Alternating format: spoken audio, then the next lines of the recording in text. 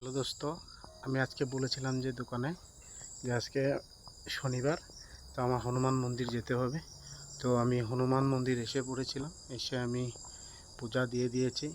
পূজাটা ভিডিও বানাইনি, যেহেতু এখন আমি এখান থেকে চলে যাব, যেহেতু ভিডিওটা বানাচ্ছি। আজকে আমি শনি মন্দির অনেক দিন পরে আসছি। আগে তো আমি রেগুলার আসতাম শনি মঙ্গলবার, এখন আসা হয়নি যেহেতু। আর এখন আমি আসছি, আজকে একাই আসছি, কেউ আসেনি। আর মানুষ বলতে এখানে কেউ ওরকম থাকে না। আর এখানে পূজা বলতে সুন্দরভাবে দেওয়া যায়, কোনো অসুবিধা নেই। মানুষ থাকে শনি মঙ্গলবার, সকালবেলা থাকে আর সন্ধ্যার পরে থাকে না। বাবা বজরংবলী, এই যে দেখতে পারবেন, এই যে বাবা বজরংবলী দেখতে পাচ্ছেন।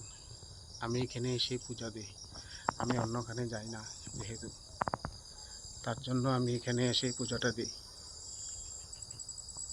আর এখন আমি চলে যাব, আজকে তো দোকান বন্ধ করে এসে পড়েছি।